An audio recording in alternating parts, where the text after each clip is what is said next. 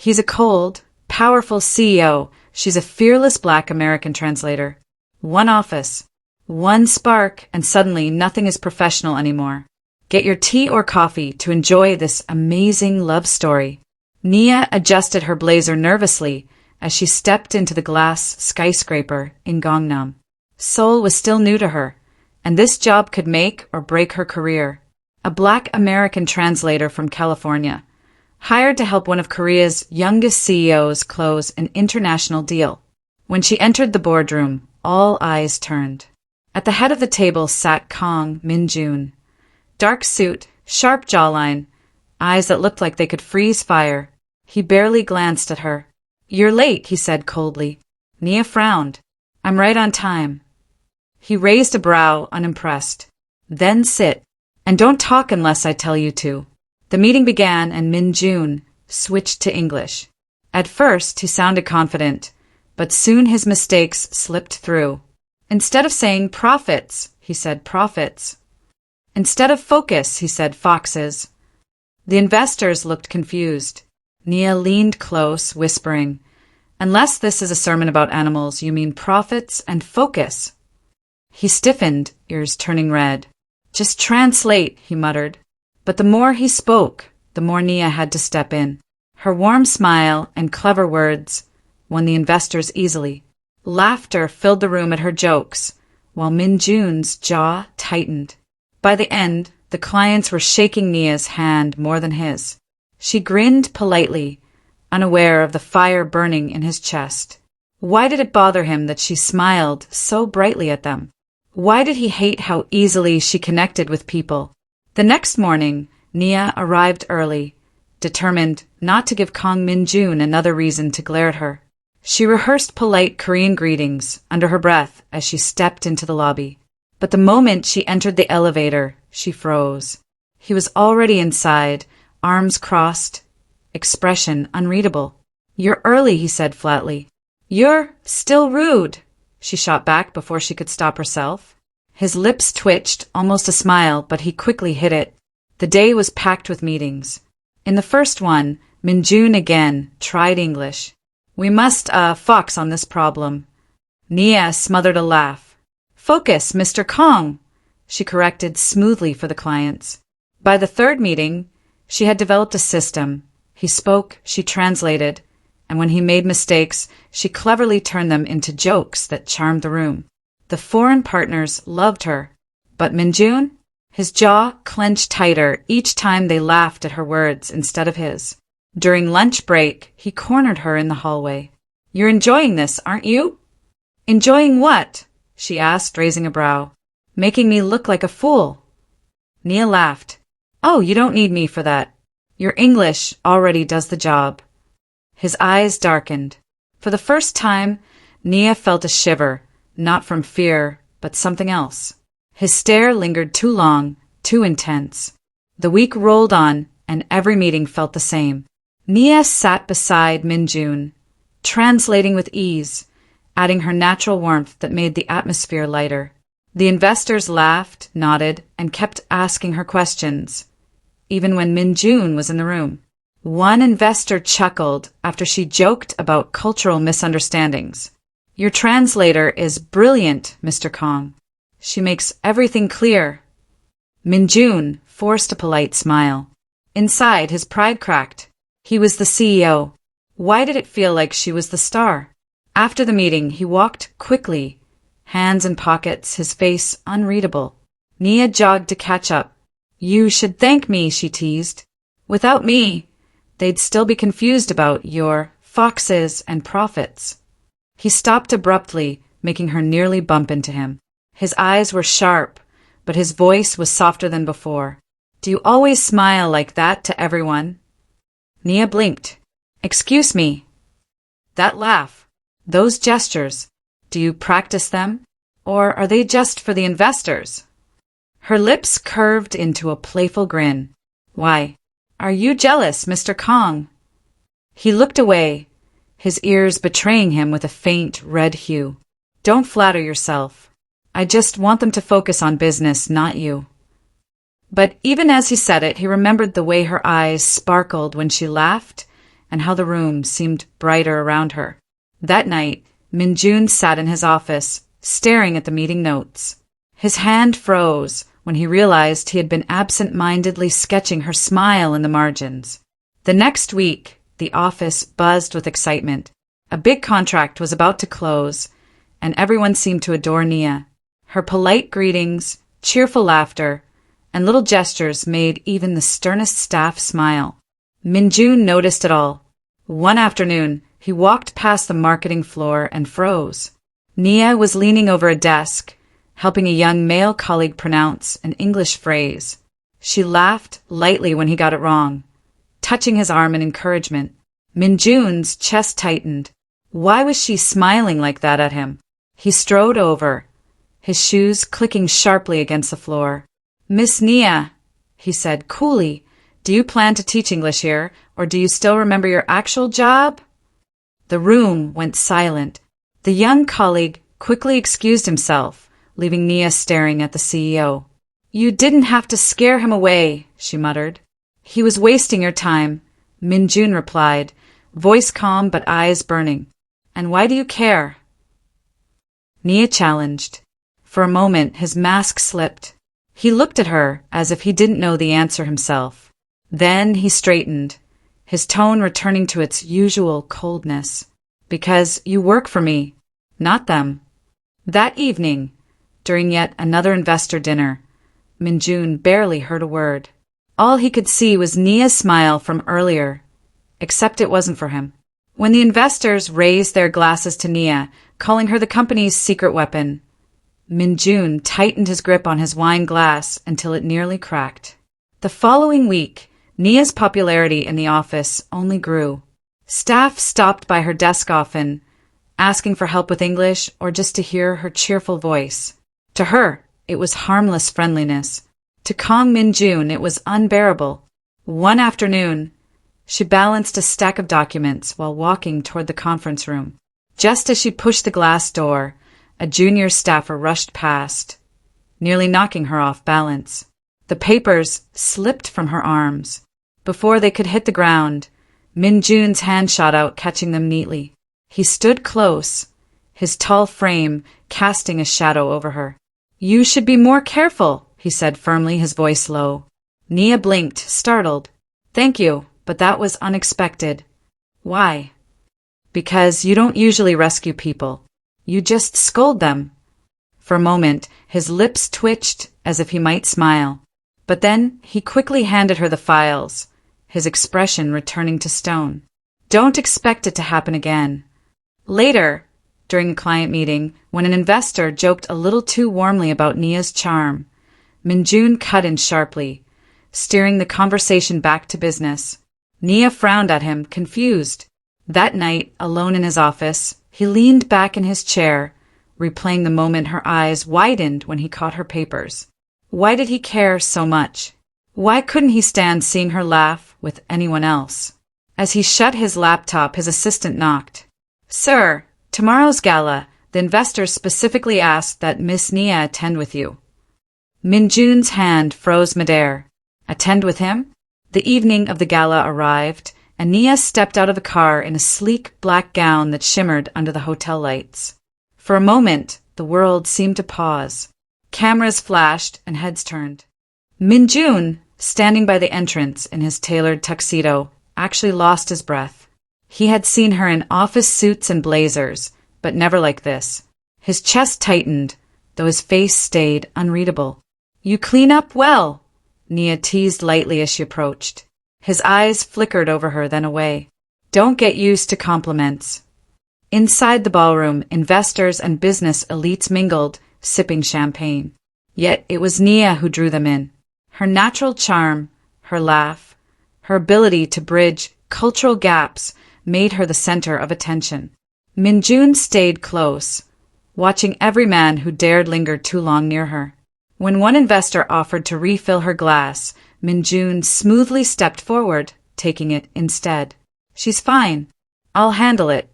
Nia raised a brow. "Are you my boss or my bodyguard?" He leaned closer, voice low. "Both, apparently." The music shifted to a slow, classical tune. A guest asked Nia for a dance, but before she could answer, Minjun's hand closed gently around hers. She's with me. Nia's heart skipped. His tone was firm, but his eyes, they betrayed something else. On the dance floor, with hundreds watching, Minjun held her close. For the first time, his cold mask slipped, and when their eyes locked, the air between them grew so thick it was almost unbearable. His hand rested firmly at her waist, her hand light against his shoulder. They moved in rhythm, but their eyes were locked in a tension neither could escape.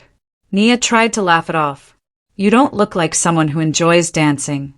I don't, he replied softly, but right now, I don't mind.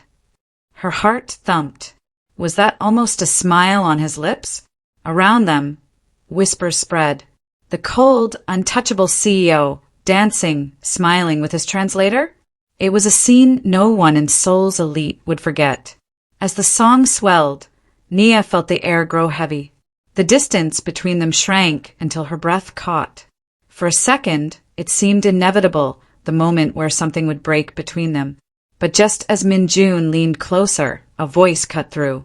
Mr. Kong. His secretary appeared at the edge of the floor, face tense. Your father has arrived. The music continued, but the world crashed back in. Minjun's jaw tightened. His father, the man who controlled half the company, rarely appeared at events without reason. Nia stepped back, sensing the shift. You should go, she whispered. For the first time, Minjun hesitated, his hand lingering on hers longer than it should. As he turned toward the entrance, his father stood waiting, his sharp gaze fixed on Nia, as if he already knew too much. The older man's presence alone commanded silence. Even the investors bowed slightly as he passed. Father, Minjun greeted with controlled respect. Mr. Kang's eyes flicked from his son to Nia, who stood a few steps behind, clutching her purse. His gaze lingered on her longer than expected. Not cold, not harsh, but calculating.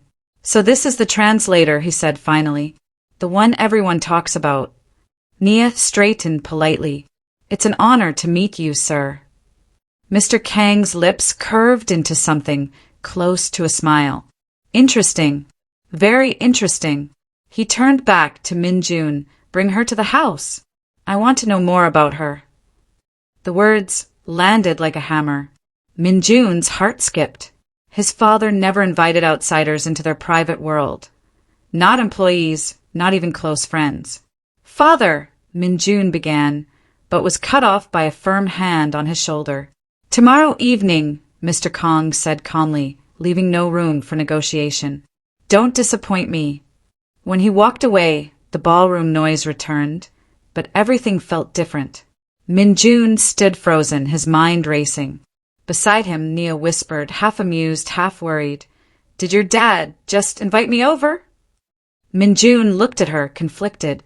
He didn't know if this was an opportunity or the beginning of trouble.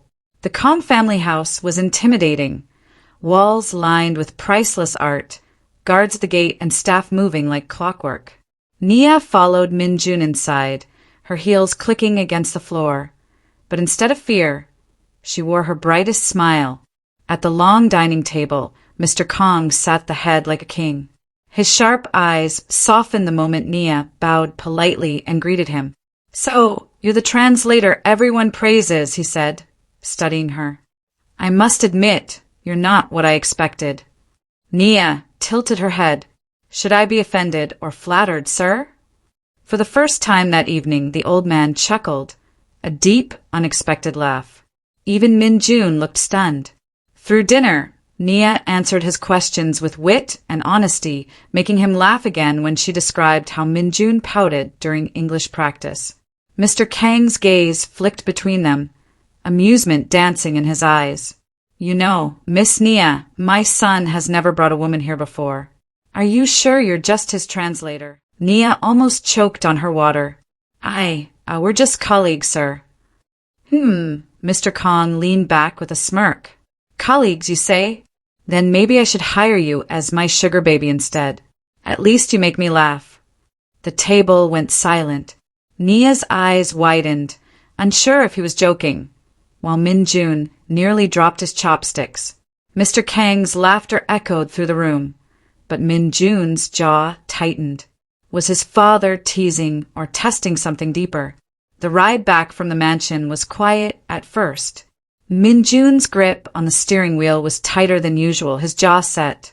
Nia, however, leaned back comfortably, a satisfied smile playing on her lips. "You know," she began, breaking the silence, "your father is surprisingly friendly, much more than you."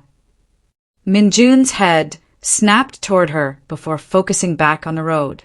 "What's that supposed to mean?" Nia grinned, mischievously. "I mean, he laughed at my jokes, asked about my family, and even offered to make me his sugar baby." She stifled a laugh. "Meanwhile, you just glare at me all day." Min-jun almost swerved. "Yeah, don't repeat that nonsense." He was teasing.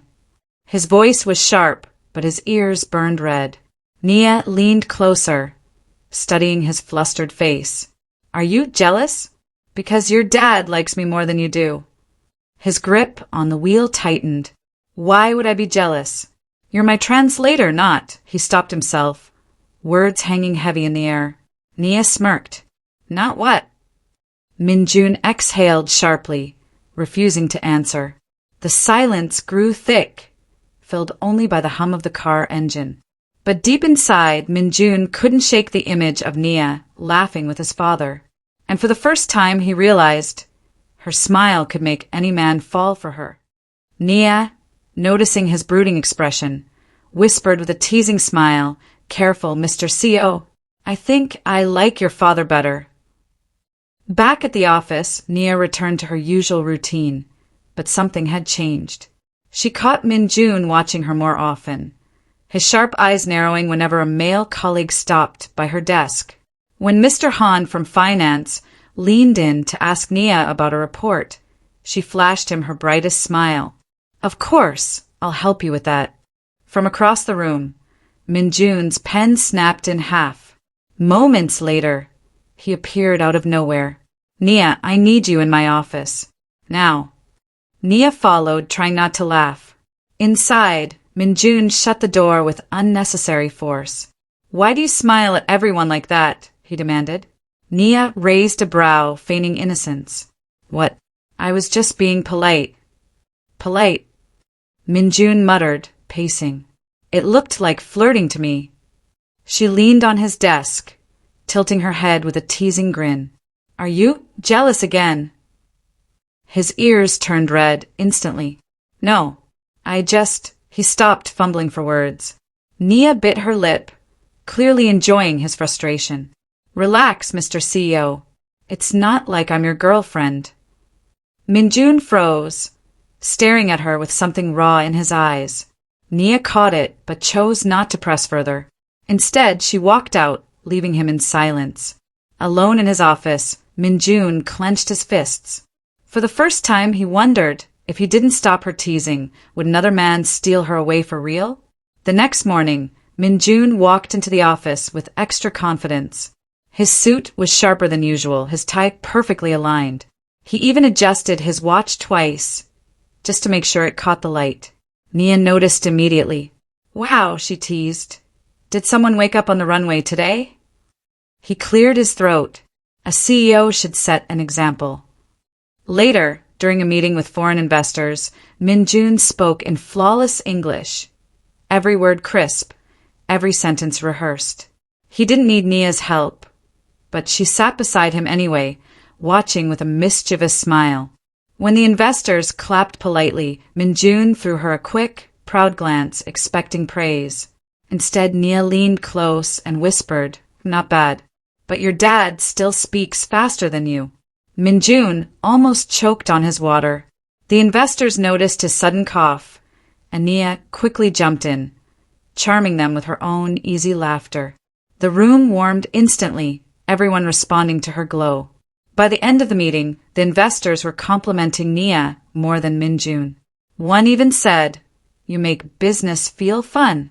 Min-jun forced a smile, but his jaw twitched. Back in his office, he finally snapped. Why do you always do that? You make me look human, Nia interrupted with a grin. He froze, staring at her. For a moment, he wasn't sure if she was teasing or saying something deeper. Nia gave him a playful wink before walking out, leaving Minjun speechless. For the first time, he wasn't sure who was in control anymore. The next morning, the office buzzed as usual, but something felt different. Instead of his usual cold stare, Minjun appeared at Nia's desk, holding 2 cups of coffee. Here, he said flatly, setting one in front of her. Nia blinked in shock. Wait, you bought coffee? For me? It's just you translate better when you're not sleepy, he muttered, looking away. Her lips curved into a slow smile. Wow, Mr. CEO is suddenly thoughtful. What's next? Flowers. He shot her a glare, but his ears betrayed him, turning red. Later, during a lunch break with colleagues, Minjun did the unthinkable. He joined them.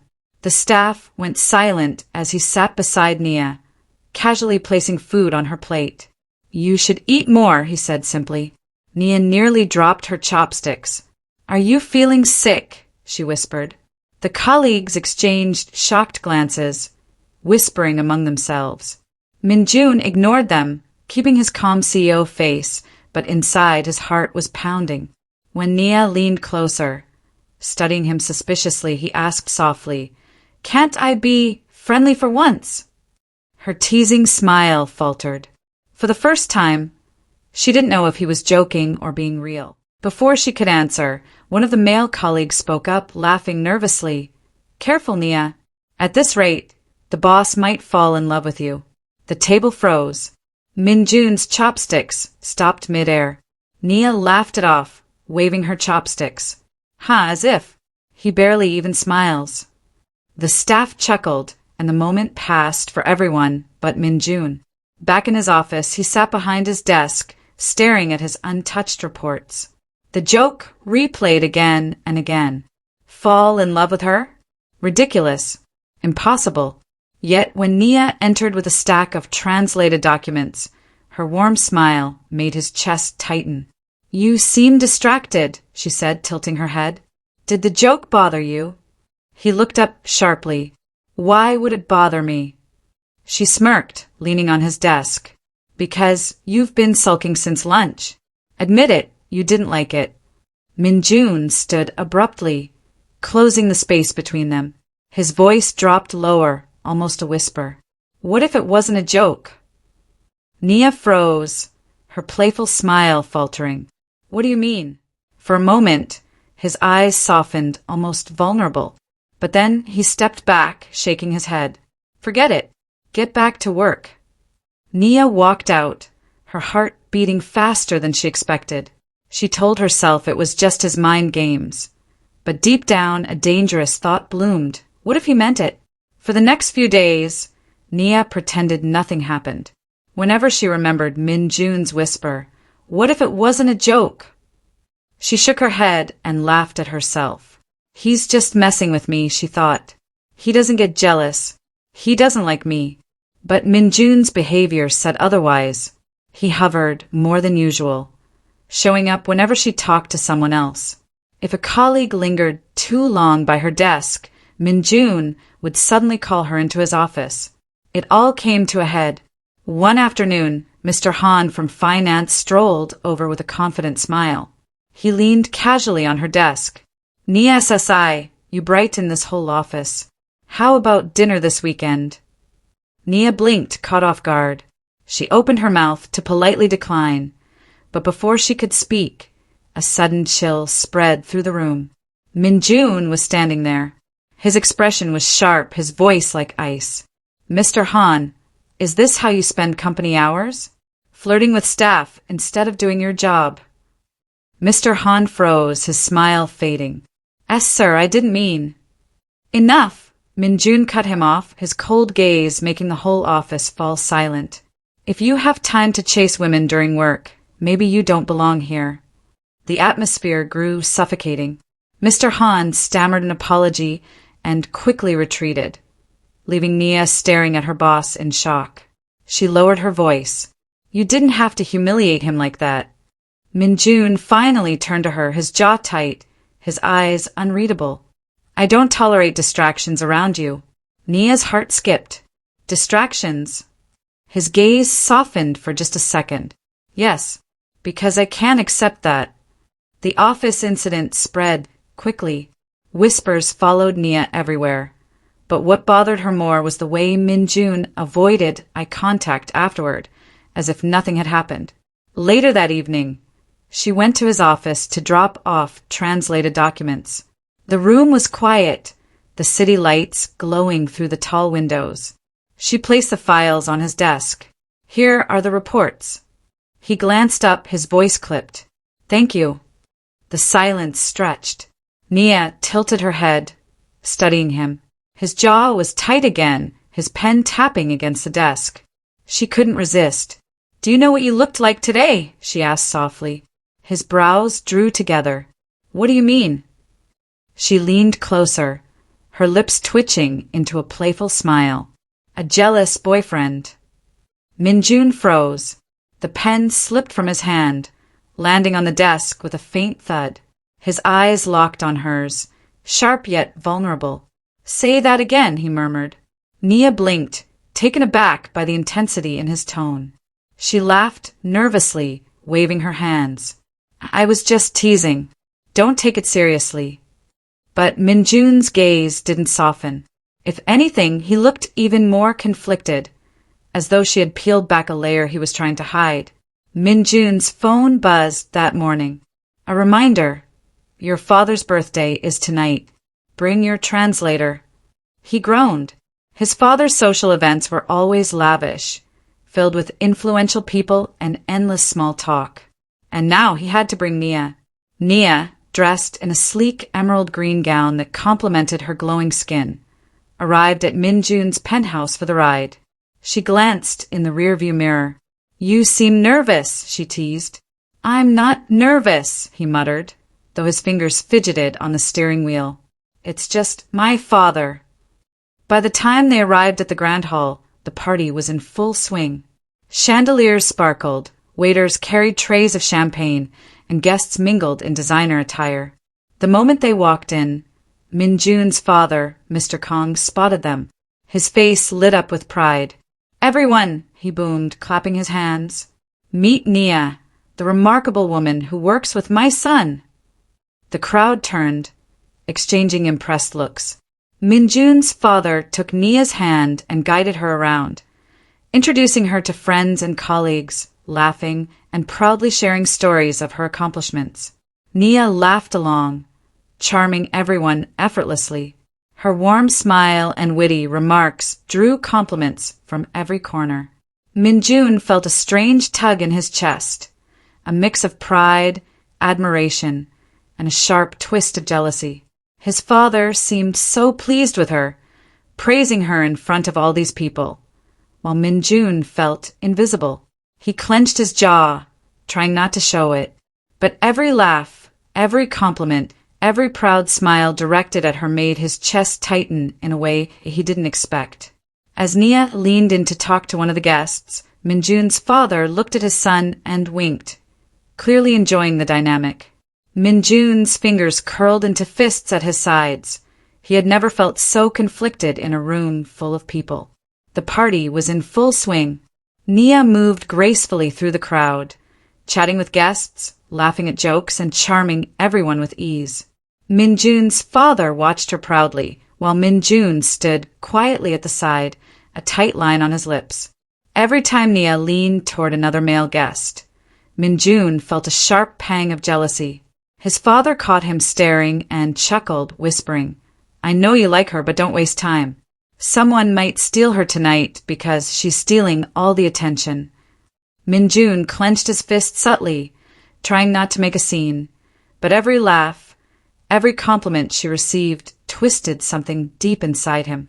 Finally, he decided to act. When Nia was about to pour herself a drink, Minjun appeared beside her, his arm brushing lightly against hers. May I? He asked smoothly, taking the bottle and pouring her glass himself.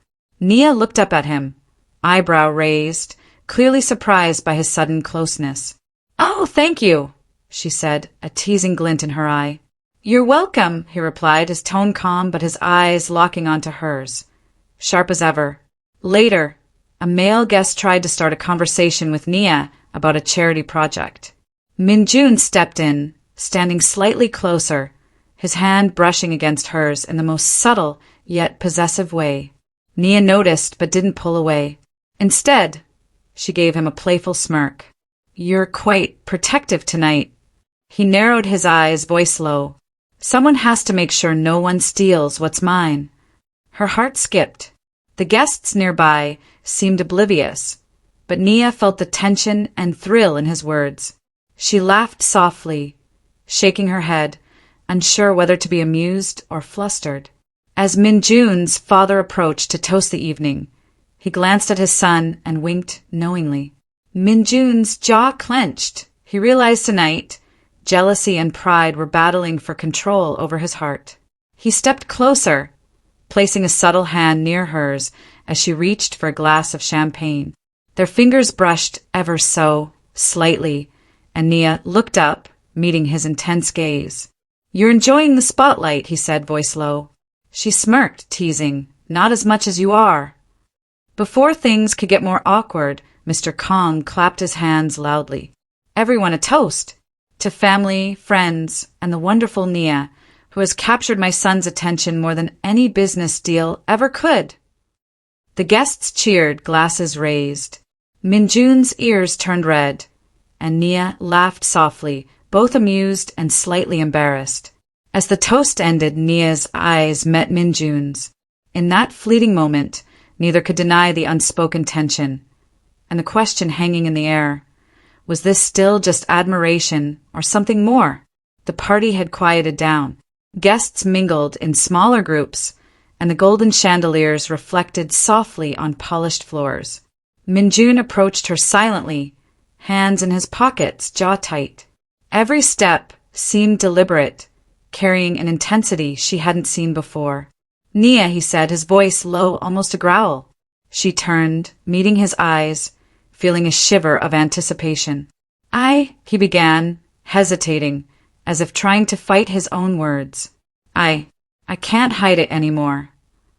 Nia blinked, startled. Can't hide what? She asked softly, unsure of what to expect.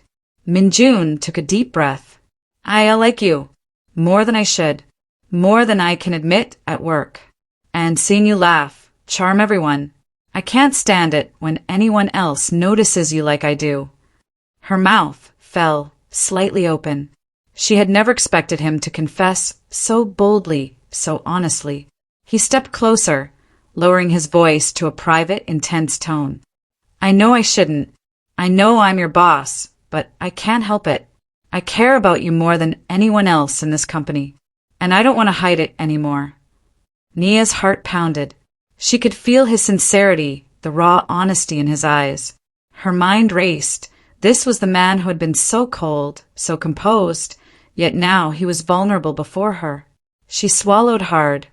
Words caught in her throat. The room felt suddenly smaller, their own private world among the distant chatter of the party. Nia's heart raced as she tried to organize her thoughts. Minjun's confession still echoed in her mind. Bold, sincere, and completely unexpected. I didn't know, she finally whispered, her voice trembling slightly. I never thought you felt this way. Minjun's intense gaze softened. I know. I tried to hide it, but seeing you every day laughing, helping everyone, I can't ignore it anymore. And I don't want to. Nia looked down at her hands, unsure whether to smile or step back. Her emotions were a whirlwind, surprise, nervous excitement, and something warm blooming in her chest. Minjun, she began, taking a small, cautious step closer. I think I feel the same way. His eyes widened slightly, relief and happiness flickering in them. He took a careful step toward her, closing the distance just enough for them to feel the warmth of each other's presence. For a brief moment, the world around them disappeared. The glittering chandeliers, the distant laughter of guests, even his father's proud gaze, all faded. There was only the space between them, charged with unspoken emotion. He reached out slowly, his hand brushing hers lightly. Nia didn't pull away. Instead, she allowed the touch, feeling a spark she hadn't expected. Minjun's lips curved into a gentle, satisfied smile. "So, we're officially admitting it," he murmured. Nia laughed softly, a mix of relief and amusement. "I guess we are." As they stood there, hands almost touching, Minjun's father approached with a knowing grin. "Finally, took you long enough, son," he teased, making both of them blush. The party had ended, leaving behind only the soft echo of music and the twinkling chandeliers. Guests had gone home, and the grand hall was nearly empty. Nia and Minjun walked together toward the exit, their footsteps the only sound on the polished marble floor. Nia glanced at him, her heart still fluttering from the earlier confession. "Thank you for tonight. For everything," she said softly. Minjun looked at her, his expression gentle yet intense. "You don't have to thank me," he murmured. "I wanted to be honest. I didn't want to hide it anymore, especially from you." They reached the sleek black car waiting outside. The night air was crisp, carrying the faint scent of Seoul streets. Minjun held the door open for Nia, but instead of stepping in, she hesitated. He tilted his head, noticing. "What is it?" She smiled shyly. I just want a moment. With you." His eyes softened, and without a word he took her hand, their fingers intertwining naturally. The simple gesture sent a shiver through her. For the first time, the city's noises, the responsibilities, even the office and the party, all of it faded. They walked a few steps in silence, letting the moment stretch. Finally, Minjun stopped and looked down at her. "I've wanted this for a long time," he admitted. "To be near you, not just at work, but like this." Nia's cheeks flushed. "Me too," she whispered. They lingered there, hands still intertwined, the city lights reflecting in their eyes. A quiet understanding passed between them. Tonight marked the start of something new, something deeper than either had dared to imagine. As they finally stepped into the car, a small, playful voice called from the side, "Let's make it official, you too!" It was Minjun's father, winking knowingly, leaving them both laughing and blushing. In the quiet of that night, under Seoul's shimmering lights, Nia and Minjun held hands and realized something simple yet powerful. They had found each other. Through laughter, jealousy, and countless unexpected moments, they had discovered a love that was daring, honest, and unshakable. And as they looked into each other's eyes, the world felt smaller, brighter, and entirely theirs. Thank you for watching. I would love to hear your thoughts in the comments below. If you are new here, please tell us where you are watching from. We would love to know you. And if you love this story, don't forget to like, comment, share, and subscribe. Your kindness keeps us going. This is Afro Love Diaries, where every heartbeat tells a story.